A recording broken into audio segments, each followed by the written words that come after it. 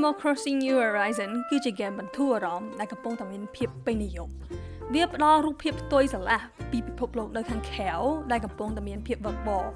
ប្រហែលជាដូច្នេះហើយបានជាមនុស្សជាច្រើនបាននាំគ្នាមកលេងហ្គេមនេះសូម្បីតែ YouTuber ដូចជា PewDiePie មួយគេចែក Excepticai ក៏មកលេងហ្គេមនេះដែរអញ្ចឹងមកនិយាយច្រើនទៀតទេស្វាគមន៍មកកាន់វីដេអូ Tips and Tricks របស់ Animal Crossing New Horizon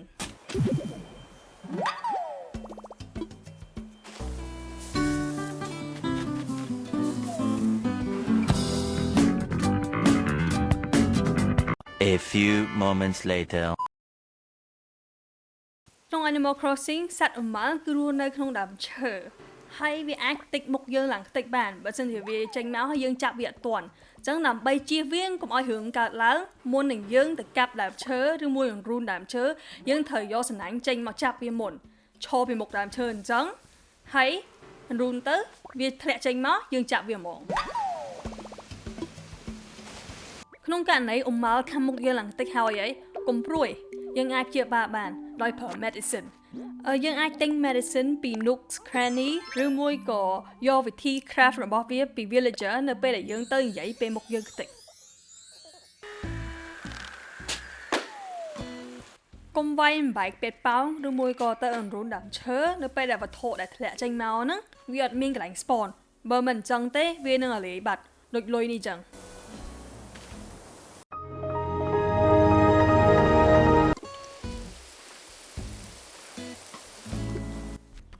គឺអាចបង្កាត់គ្នាបាននៅពេលដែលយើងបង្កាត់វាទៅវាចេញពណ៌ផ្សេងដូចជាពណ៌ក្រហមមួយពណ៌សវាចេញពណ៌កញ្ជុកអញ្ចឹងដើម្បីបង្កាត់វាយើងត្រូវដាក់ចិត្តគ្នាអញ្ចឹងហើយយើងទៅស្រោចទឹកវានៅពេលដែលវាចេញពណ៌ផ្លេកដូចជានៅក្នុងវីដេអូនេះគឺវាអាចបង្កាត់គ្នាបានហើយ Tip មួយនេះគឺសម្រាប់អ្នកដែលចូលចិត្តផ្កាឬមួយក៏កំពុងតែបង្កាត់ផ្កាបើសិនជាអ្នករត់ពីលើផ្កានឹងខ្ទេចហើយត្រូវការមួយថ្ងៃទៅ2ថ្ងៃបានផ្កាងដុះឡើងវិញហើយនៅពេលដែលវាខ្ទេចវាអាចបង្កាត់គ្នាបានទេ Iron Gold ហើយនឹងដុំថ្មហ្នឹងគឺសំខាន់ខ្លាំងណាស់នៅក្នុង Animal Crossing នៅពេលដែលយើង craft អីចឹងគឺយើងតែងតែត្រូវការវាអញ្ចឹង tip មួយនេះគឺសម្រាប់អ្នកដែលចង់បាន resource ហ្នឹងឲ្យបានច្រើន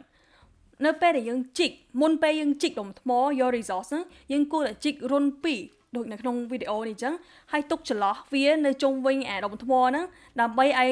resource ហ្នឹង spawn នៅពេលដែលយើងជីករុន2អញ្ចឹងទៅអារុនហ្នឹងវាទប់កុំឲ្យយើងថយទៅក្រោយអញ្ចឹងពេលដែលយើងជីកទៅយើងបាន8ដងអញ្ចឹងគឺ8វត្ថុកុំញ៉ាំផ្លែឈើសោះមុនពេលយើងទៅវាយដុំថ្មបើមិនអញ្ចឹងឯដុំថ្មឡើងខ្ទេចយើងអាចទៅយក resource ពីវាទៀតបានទេហើយដុំថ្មគឺ respawn មួយថ្ងៃតែមួយឯងអញ្ចឹងកុំវាយនៅពេលដែលអ្នកឃើញភ្លឺនៅលើដីអញ្ចឹងអ្នកគួរតែជីកវាដើម្បីយក1000 bells ហើយបើសិនជាអ្នកចង់បានលើសពីហ្នឹងអ្នកអាចយកលុយចេញពីកប៉ៅរបស់អ្នកហើយយកកប់ទៅវិញវានឹងคล้ายទៅជាដើមឈើលុយហើយលុយនៅពេលដែលដើមឈើដុះទៅវានឹងឲ្យគុណនឹង3នៃលុយដែលយើងកប់ក៏ប៉ុន្តែបើសិនជាយើងកប់លើសពី10000វាអាចមានឱកាសដែលវាឲ្យតែ10000ហ្នឹងទេអញ្ចឹងគួរតែកុំកប់លើសពី10000ឈើនៅក្នុង Animal Crossing គឺវាសំខាន់ខ្លាំងនៅពេលដែលយើងញ៉ាំផ្លែឈើទៅយើងឡើងកម្លាំងដើម្បីអាចលើកដើមឈើឬមួយក៏ទៅកំទេចដុំថ្ម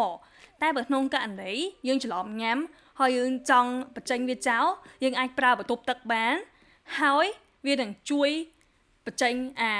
កម្លាំងផ្លែឈើចេញឲ្យយើង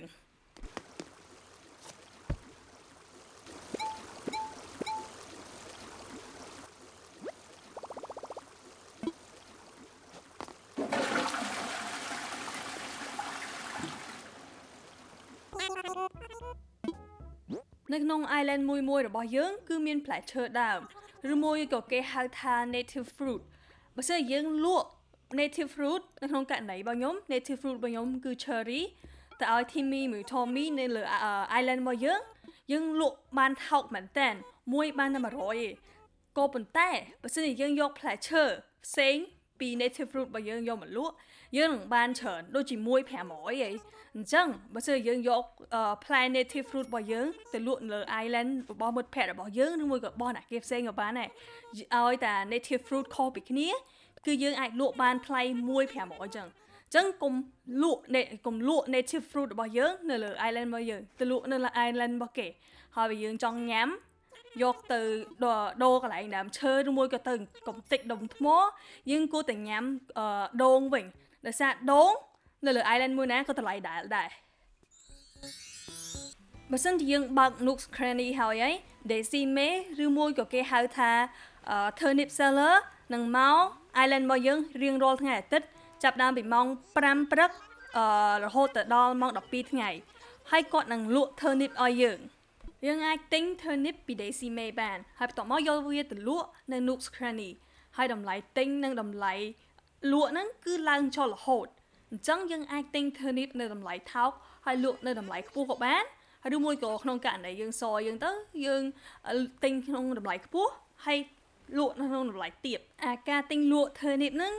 គឺវាស្តៀងទៅនឹងទីផ្សារមូលបត្រចឹងពេលខ្លះយើងបានលុយពេលខ្លះយើងអស់លុយក៏ប៉ុន្តែទោះត្រង់ថានៅក្នុងហ្គេមនេះយើងអាចសុំទៅ island របស់មិត្តភ័ក្តិរបស់យើង